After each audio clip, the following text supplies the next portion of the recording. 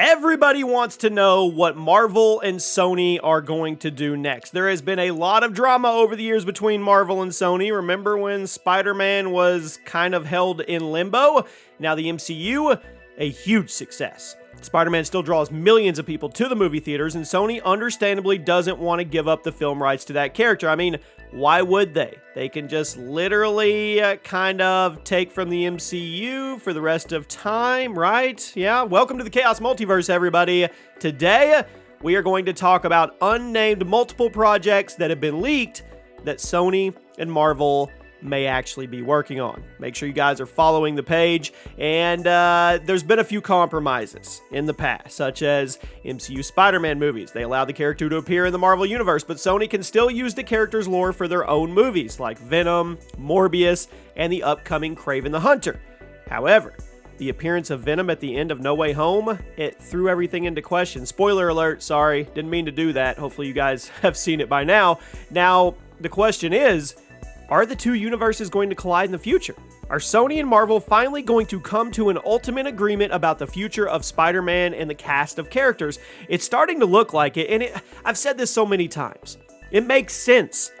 Why would you not just both work together in the biggest way, make fans happy, which No Way Home did make fans happy, and just make all the monies, right?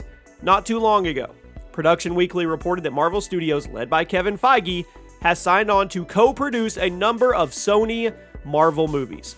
So what exactly does that mean? Well, it pretty much confirms that MCU Spider-Man movies are going to continue. Obviously, we already knew that, but it also suggests that more multiverse projects are in the works. We're in the middle of the multiversal saga. It's just getting started. This is the perfect time for these two worlds to keep colliding and actually mesh and get some cohesion with each other. Now, Sony tends to do movies like Venom and Morbius completely on their own with no input from Marvel Studios, which shows.